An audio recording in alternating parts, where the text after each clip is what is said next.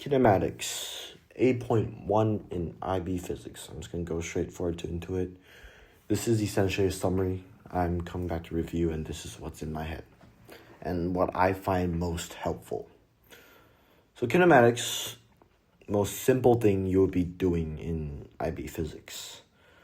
First thing you have to know is the fundamentals is what a scalar and a vector is.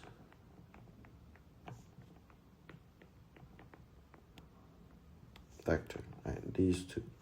Scalar has magnitude, or in a layman's term is that not size. A vector has both magnitude and direction. What this means is that your scalar, it would always be a positive, while your vector could be positive or a negative depending on the direction. This is the most simple things. And a vector, let's zoom in vectors. The way you determine positives and negatives is, well, the direction. This is what I like to use. It really shows the direction and what the signs would be. I like to use going up, going up and going right is positive, and going left and down is negative. So essentially what this means is if we use these conventions, and let's say a ball is rolling right, at 5 meters per second. Oh, what the hell is that? At 5 meters per second. So if it's going right, then the velocity would be positive 5 meters per second. However, it's moving left at 5 meters per second, then the velocity would be minus 5 meters per second. Okay. And same thing with up and down, but I won't have to go in that. Next is your 5 variables and 4 equations. All 4 of these equations are given in your data booklet, so it's good to know.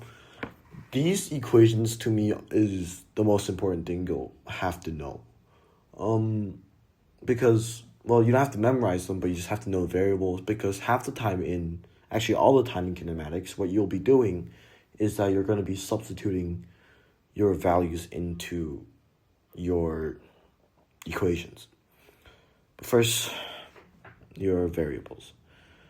Displacement, this is in meters. This is the units. It's essentially a distance from your original point and final point, the distance between that. What you would, to get this value, you would do is your final position minus your initial position, and you'll get a displacement. And the next is the 2 velocities. Velocities, the unit is meters per second. Okay? This is important because every time you think of velocity, sometimes the IB will ask you to get a velocity before giving you, with only giving you distance and time. But what a velocity is a change in distance over a change in time. Okay, so, distance, this is in meters, and time is in seconds, okay? So your velocity will be the change in difference divided by change in distance divided by the change in time. And next is your acceleration. Your acceleration is meters per second squared, which would be your change in velocity, which is in meters per second, and your time, which is in seconds.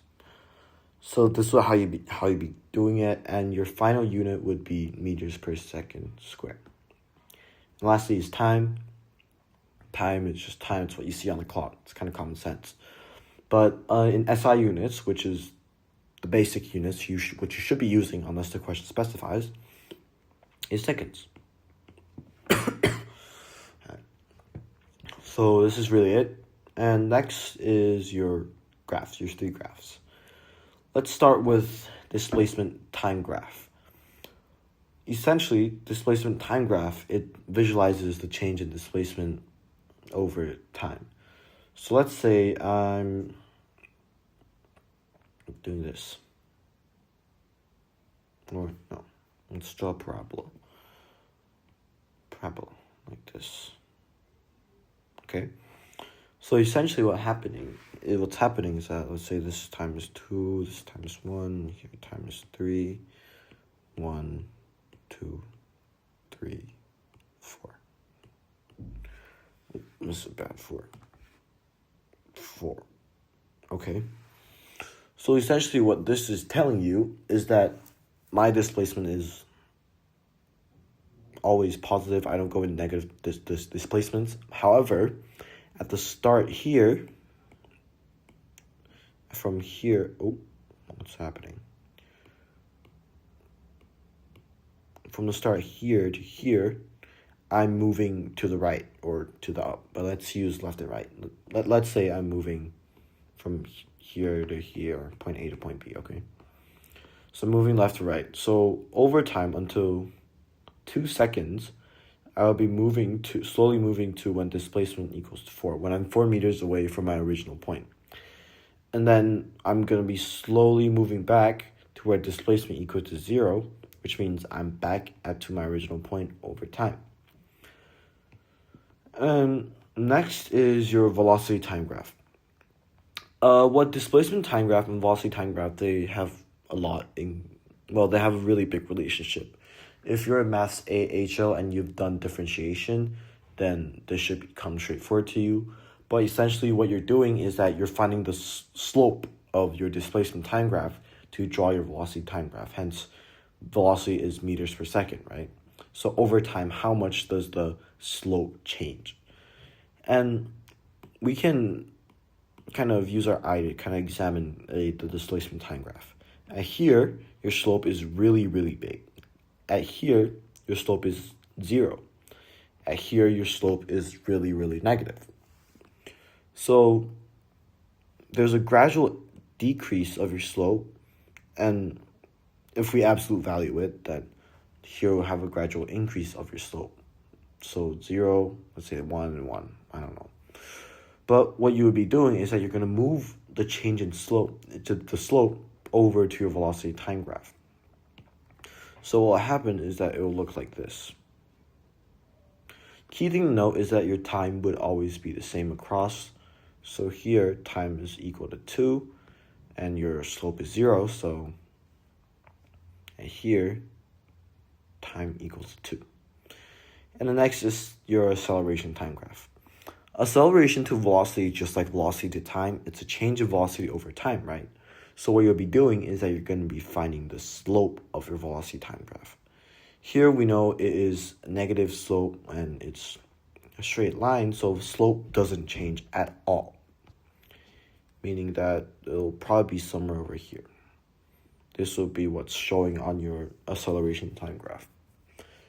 And this is to go from displacement to velocity to acceleration. You find the slope. And if you want to go backwards for y'all AHL folks, you're integrating. Okay, so you're finding the area below. So the area below here is a negative number, since this goes into this is a negative number. Area below here is a negative number, so you know that the slope of your velocity is negative, or you see a line here, it's negative, let's say 2 over 3. Then the slope of your velocity will be negative 2 over 3. And when you're going back from your velocity time graph to your displacement time graph, you're going to see the change in area. So if we cut it into infinitely small little chunks, right, of time, then you see it's really big and slowly decreases until it goes to negative and more negative. So this will show the change in your slope. So here is really big when velocity is 0, or when time is 0, not velocity. So this will be really big here. The slope here is really big. And when time goes 2, there's 0 area right here. So your slope is 0. And when, let's say this is time equals 3, right?